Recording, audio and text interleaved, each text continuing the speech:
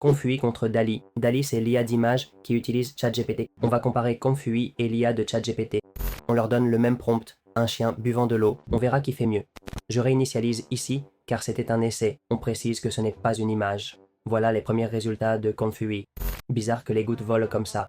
Mais ça génère bien plus vite que ChatGPT. Et comme vous voyez, le résultat n'est pas mal. On pourrait même relancer. Et c'est plutôt bon. Le chien est bien généré, c'est juste la partie eau qui lui pose problème. En tout cas, le résultat est bon, mais améliorable. Il manque des détails et l'eau n'a pas de sens. Le résultat est assez bon. Et pour des choses simples, ça pourrait être suffisant. Et comme vous le voyez ici, c'est le résultat de Tali. Vraiment incroyable. Feu parfait, eau qui coule, tout y est. Elle boit l'eau, on voit les gouttes, les reflets. C'est super bien fait, franchement incroyable.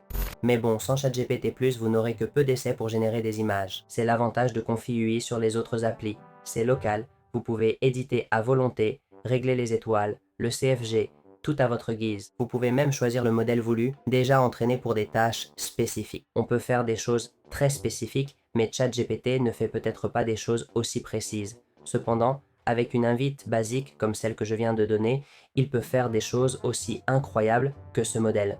Donc tout a ses avantages et inconvénients. Si vous voulez créer beaucoup d'images, ChatGPT a une limite, contrairement à Confi UI. Mais il est vrai qu'en termes de simplicité et qualité, ChatGPT ou DALL surpasse Confi UI à ce stade. Voici donc la comparaison, ce que fait chacun et les avantages et inconvénients de chaque programme. Vous savez maintenant lequel des deux pourrait mieux vous convenir.